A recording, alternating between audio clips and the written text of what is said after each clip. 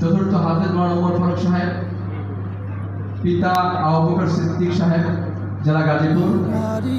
পঞ্চম হাফেজ মাওলানা মোহাম্মদ ইব্রাহিম হোসেন রিয়াদ, পিতা জনাব মোহাম্মদ বুরহানুদ্দিন সাহেব, জেলা নরসিংহ।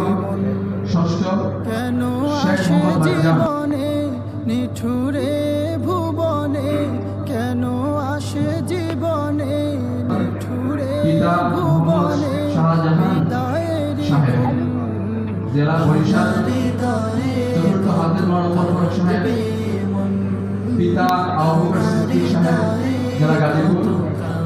পঞ্চম হাফেজ মাওলানা মোহাম্মদ ইব্রাহিম হোসেন রিয়াদ, পিতা জনাব মোহাম্মদ বুরহানুদ্দিন সাহেব, জেলা নরসিংহ।